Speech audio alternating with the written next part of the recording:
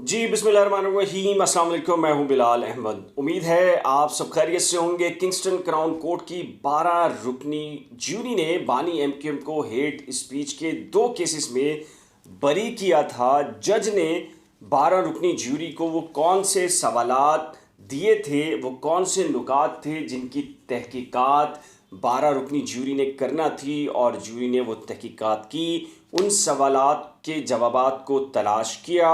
और वो आखिर वो कौन सा नुक्ता था जिसकी बुनियाद पर बानी एमक्यूएम के वकील ने सबसे ज़्यादा फोकस किया, और 1 मिलियन पाउंड से ज़्यादा खर्चा करने के बावजूद जो क्राउन प्रोसिक्यूशन है वो बानी एमक्यूएम के ख़िलाफ़ केस साबित करने में नाकाम रही। ये तमाम तर तफसीलात अब शेयर कर दी गई हैं, ये तमाम तर तफसीलात आ गई हैं। आज का ये जो व्लॉग है इसमें खसूसी तौर पर ये तमाम तर जो तफसीलात हैं वो आपके सामने रखूँगा। तो 2 रिक्वेस्ट हैं आपसे। एक ये कि अगर आपने मेरे यूट्यूब चैनल को सब्सक्राइब नहीं किया तो बराए करम सब्सक्राइब, वीडियो को शेयर, लाइक और बेल आइकन को आपने लाजमी प्रेस करना है, क्योंकि जैसे कोई नई वीडियो या व्लॉग अपलोड होगा तो नोटिफिकेशन के ज़रिए सबसे पहले आपको मिल जाएगा और आपको मेरी वीडियो सर्च करना नहीं पड़ेगी। अच्छा जी, 2 खबरें हैं, मुख्तसर आपको बताता हूँ कि नई डेवलपमेंट्स हुई हैं, ताज़ा तरीन भी हैं और दिलचस्प भी हैं।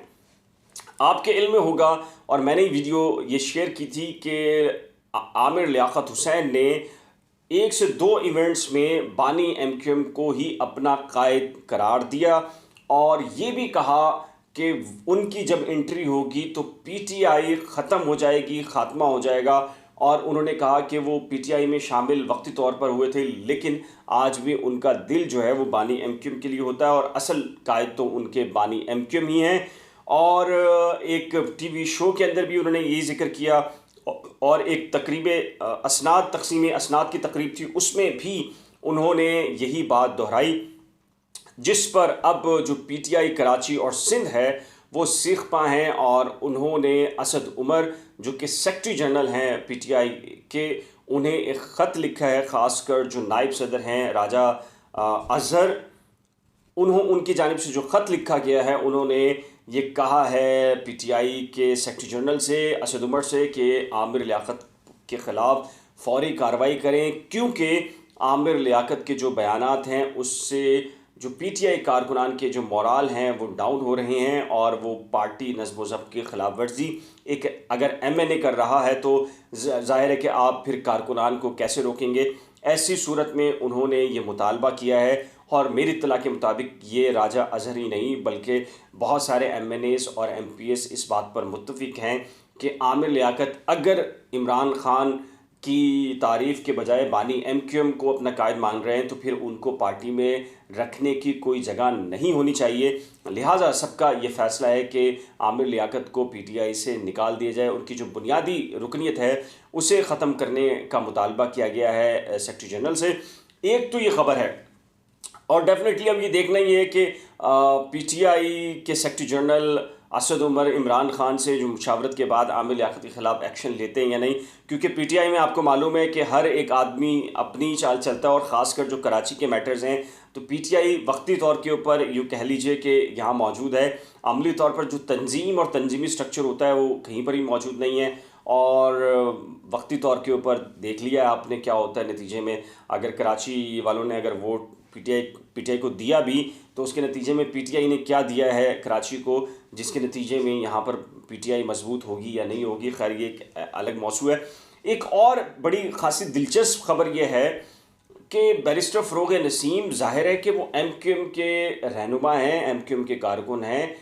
और उनकी जानिब से अभी 2 रोज़ पहले संडे को प्रेस कॉन्फ्रेंस हंगामी की गई, और उन्होंने पीका जो ऑर्डिनेंस है उसकी मंजूरी और उसके हक़ में जो है वो प्रेस कॉन्फ्रेंस की, और कहा कि हम झूठी खबर, मन घड़त खबर या झूठी फेक खबर के पर ये ऑर्डिनेंस लेकर आ रहे हैं पीका का,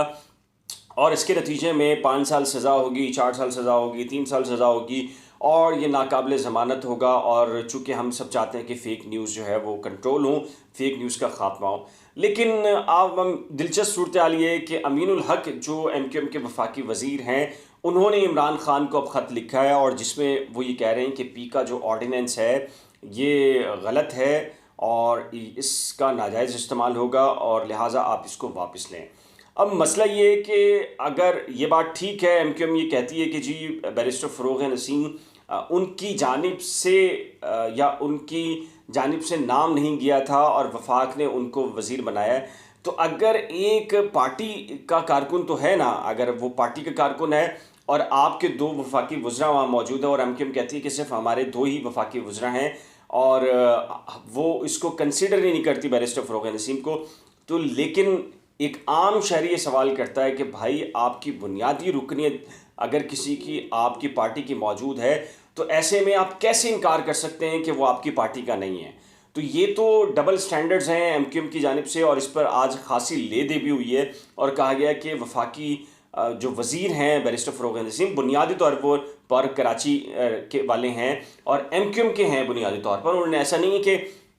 एमक्यूएम से लातालगी को इजहार कर दिया है, लेकिन इसके बावजूद अगर एमक्यूएम ये कहती है कि उनके वज़ीर नहीं है या उनसे उनका ताल्लुक़ नहीं है, तो ये खासी ना समझ में आने वाली बात है। इस पर क्या कहा जा सकता है कि और क्या कहना चाहिए? ज़ाहिर है कि एक पीका ऑर्डिनेंस जिस किस्म का लेकर आया गया है और फेक न्यूज़ के नाम है, लेकिन असल में जो कुछ भी मामला आपको पता है, गरीदा फ़ारूकी का ने एक प्रोग्राम किया था, उसके अंदर मोहसिन बेग का जिक्र हुआ और मोहसिन बेग ने जो रिहाम खान की जो बुक है मुराद सईद का जो मामला है उसके अंदर उसको डिस्कस किया, उसके नतीजे के अंदर जो मामला हुए। खैर ये तो वो चीज़ें थीं। अब आते हैं असल टॉपिक के ऊपर कि बानी एमक्यूएम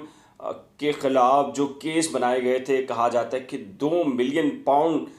तक अखराजात किए थे लंदन प्रोसिक्यूशन ने और कहा जाता है कि वो इसको एक हिस्टोरिकल केस बनाने के चक्कर में थे और ये कहा गया कि हम इतना स्ट्रॉन्ग केस हमने बनाया है कि जी मुमकिन नहीं है कि जी बानी एमक्यूएम को कोई रिलीफ मिलेगा। तो उसमें हुआ क्या, मैं आपके सामने वो नुकात रखता हूँ कि जो किंगस्टन क्राउन कोर्ट ने 12 रुकनी जूरी को दिए थे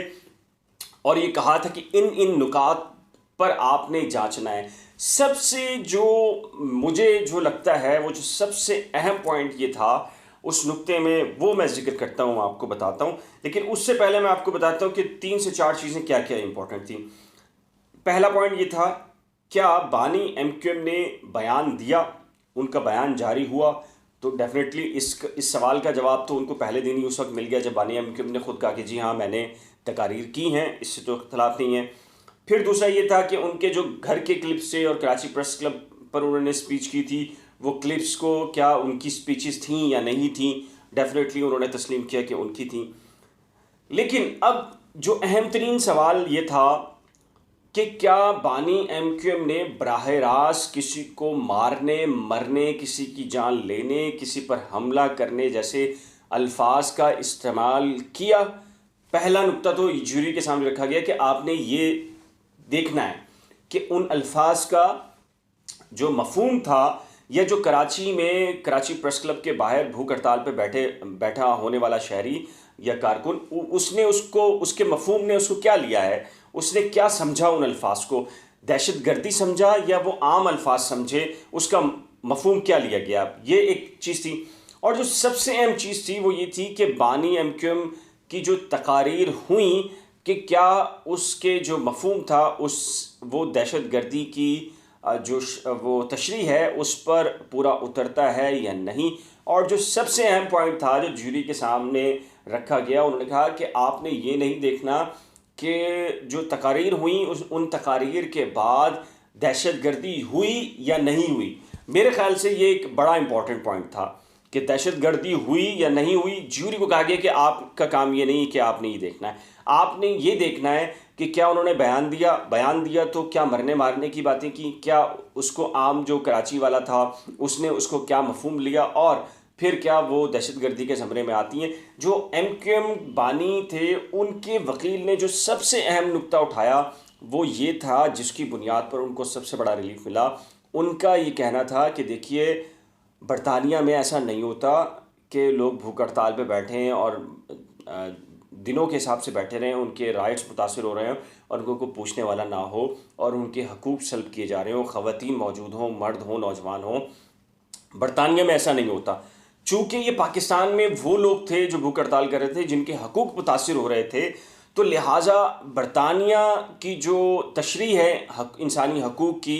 वो पाकिस्तान के जो मामलात हैं वो बिल्कुल मुख्तलिफ हैं। तो ये पिसे हुए लोग थे, महरूम तबका था और ये महरूम तबका होने की वजह से जो फ्रस्ट्रेशन के अंदर जो तकारीर की गई वो उनका बुनियादी मतलब ये था कि उनके जो हकूक़ सल्ब किए जा रहे हैं उनके हकूक़ उनको वापस दिए जाएं, उनके राइट्स दिए जाएं। तो ये जूरी के सामने ये वाला जो नुक्ता था, इसी बुनियाद पर बानी एमक्यूएम के वकील ने पूरा की पूरा ग्राउंड्स तैयार किया और उन्होंने कहा कि लंदन के हक़ाइक़ अलग हैं, पाकिस्तान के हक़ाइक़ अलग हैं, और जो भूख हड़ताली कैंप था और उस पर जो बानी एमक्यूएम की स्पीचेस थी वो फ्रस्ट्रेशन की थी, वो अपने हकूक़ मुतासरीन की थी, वो अपने हकूक़ के लिए थी। तो लिहाजा ये लंदन के जो कवानीन है सख्त तरीन, उस पर इतलाक़ नहीं होता क्योंकि वहाँ पर तो हकूक़ ही मुतासर नहीं होते। तो ये वो नुक्ता था जिसकी बुनियाद पर बानी एमक्यूएम के वकील ने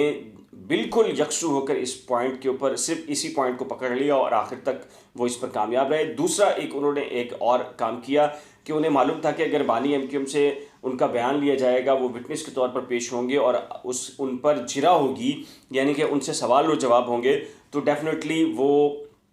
कोई लूज़ बात कर सकते हैं, किसी बात का एतराफ़ कर सकते हैं जो प्रोसिक्यूशन के हक़ में जा सकती है। तो लिहाजा उन्होंने ये बानी एमक्यूएम को कहा था कि आप गवाही नहीं देंगे ताकि कोई कॉम्प्लिकेशन पैदा ना हो। इसी बुनियाद पर जब केस जीते और केस जीतने के बाद बानी एमक्यूएम बाहर निकले और उनके लॉयर जब बाहर निकले तो सभी ने उन्हें दाद दी, क्योंकि ये लंदन जो प्रोसिक्यूशन है, लंदन पुलिस है, वो इसको एक मिसाली केस बनाना चाह रही थी। कहा जा रहा है कि तकरीबन को 2 मिलियन पाउंड खर्चा किया था प्रोसिक्यूशन ने, लेकिन उसके बावजूद जो है वो लंदन पुलिस को एक बहुत बड़ी नाकामी हुई और बानी एमक्यूएम 2 जो केसेस थे उन पर